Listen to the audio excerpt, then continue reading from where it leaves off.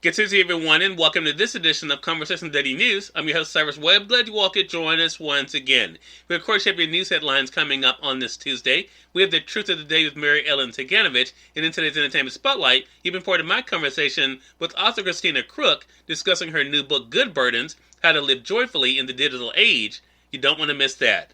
Enjoy today's program. For Conversation Daily News, I'm Cyrus Webb with your Tuesday headlines.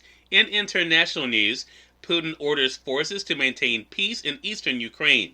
The Kremlin says Russian President Vladimir Putin is ordering forces to maintain peace in eastern Ukraine, but it is not immediately clear whether or when troops would enter the country. The announcement follows a day of fast-moving developments in which Putin announced the recognition of separatist regions in Ukraine. The United States and the European Union responded by saying they would impose sanctions. Russian President Vladimir Putin on Monday did recognize the independence of separatist regions in eastern Ukraine and paved the way to provide them military support. This triggered threatened new sanctions from the U.S. and Europe and further fears that Russia could invade Ukraine.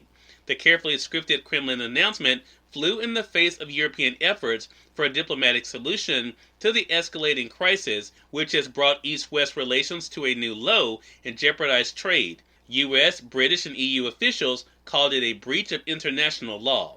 It also came amid a spike in skirmishes in the eastern region that Western powers believe Russia could use as a pretext for an attack on the Western-looking democracy that has defied Moscow's attempt to pull it back into its orbit. I consider it necessary to take a long-overdue decision to immediately recognize the independence and sovereignty of the People's Republic, Putin said on Monday.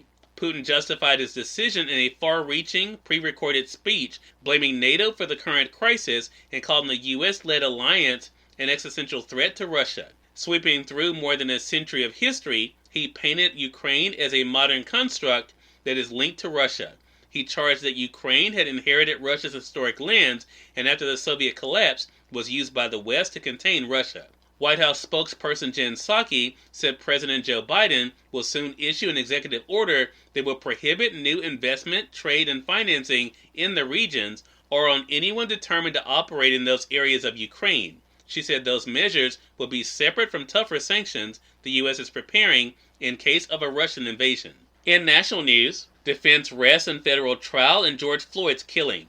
The defense attorney for the third officer charged with violating George Floyd's civil rights rested his case on Monday, paving the way for closing arguments in the month-long federal trial. Thomas Lane's attorney rested after Lane testified that he thought Floyd was doing okay while handcuffed, face down on the street, with Officer Derek Chauvin's knee pressed to his neck until paramedics arrived and turned the 46-year-old man over.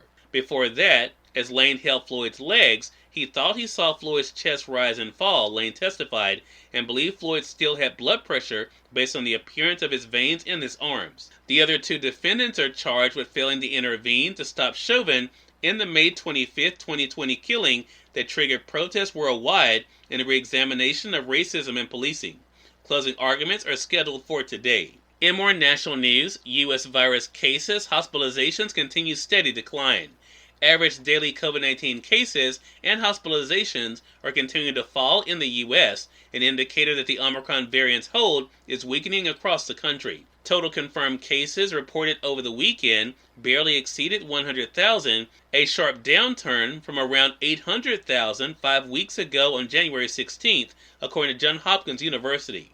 In New York, the new cases went down by more than 50% over the last 2 weeks. Public health experts say they are feeling hopeful that more declines are ahead and that the country is shifting from being in a pandemic to an endemic that is more consistent and predictable. However, many express concern that vaccine uptick in the U.S. has still been below expectations, concerns that are exacerbated by the lifting of COVID-19 restrictions. In business news, U.S. Fed governor opens door to half-point rate hike in March. Federal Reserve Governor Michelle Bowman said Monday that she was open to lifting interest rates by more than the traditional quarter point at the central bank's next meeting in March.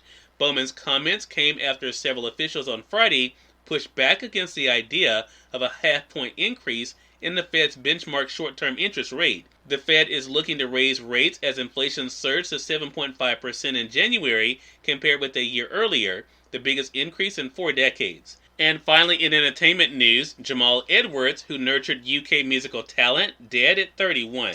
Jamal Edwards, a British music entrepreneur who championed UK rap and grime and helped launch the careers of artists including Ed Sheeran, Jessie J, and Stormzy, has died. His mother, broadcaster Brenda Edwards, said Monday that her son died the day before after a sudden illness. She said the family was completely devastated. He was the center of our world, she said. Cyrus Webb, Conversations Daily News. It's on time for the Truth of the Day with Mary Ellen Ciganovich. Mary Ellen, it's all yours. Hi, this is Mary Ellen with your Truth of the Day. Begin every day with gratitude. As you express gratitude, you naturally attract more blessings to be grateful for. The more positive energy you show to God, the universe, the more of the same comes back to you. Other people who see your happiness are attracted to you. Subconsciously, they are hoping your happiness and your attitude of gratitude will inspire the same in them. The world will always reflect back to you whatever you are feeling. The gift of anything, whether material or otherwise, will always increase your level of gratitude. Today, allow yourself to be grateful and get ready to receive more good than you can ever be grateful for. As you always, enjoy the day. We are part of my conversation coming up with author Christina Crook in today's Entertainment Spotlight. Stay with us. You're listening to Conversation Daily News. For Conversation Daily News, I'm Cyrus Webb with the Entertainment Spotlight. Author Christina Crook joined me recently on Conversations Live, the radio show, to talk about her new book, Good Burdens, How to Live Joyfully in the Digital Age. Here's a bit of our conversation. So the word intention definitely comes up in this book, Christina, and what I love about it is that you're very practical and realistic for our audience as to the many things that are kind of pulling on us to vie for our time. But what has it been like for you to be able to share what is the subtitle of the book, How to Live Joyfully in the World that all of us are trying to navigate through? I really believe that the way to live well in the digital age is actually not limiting screen time. It's probably good news for your listeners. It's not limiting screen time. It's actually creating the positive conditions for other engagements, other activities to thrive and flourish. So really setting up your days to prioritize the things that bring you a lot, things that bring you joy, so that your screens are sort of less, right? They're less distracting. They're less desirable because you're spending your time on things that you really enjoy. Yeah. For you, it seems like, and I love the fact that we get to know so much more about you, Christina, in reading this book that I think all of us can benefit from. Well, before I ask you the question I was going to ask you, let me ask you this. Did you realize going into the book that so much of yourself would be in it? No. The short answer is no. But it felt like, especially given all that we've gone through, collectively over the last 2 years, that I couldn't write a book about joy and I couldn't write a book about being human in the digital age without getting vulnerable, right? Without being vulnerable myself. And so, as you referenced, I do provide pretty big windows into my daily life, the good, the bad, and the ugly. And I really do hope that does bring courage and hope to those who are struggling in their own way. Cyrus Webb, Conversations Daily News. We thank you all for tuning in to this edition of Conversations Daily News. We'll have to get on tomorrow with more news, Truth of the Day with Mary Ellen Ciganovich, and of course the Entertainment Spotlight. Until then, I'll be host Cyrus Webb saying, as always, enjoy your day, enjoy your life, enjoy your world. Thank you all for choosing Conversations Daily News today. Let's make today amazing. Take care.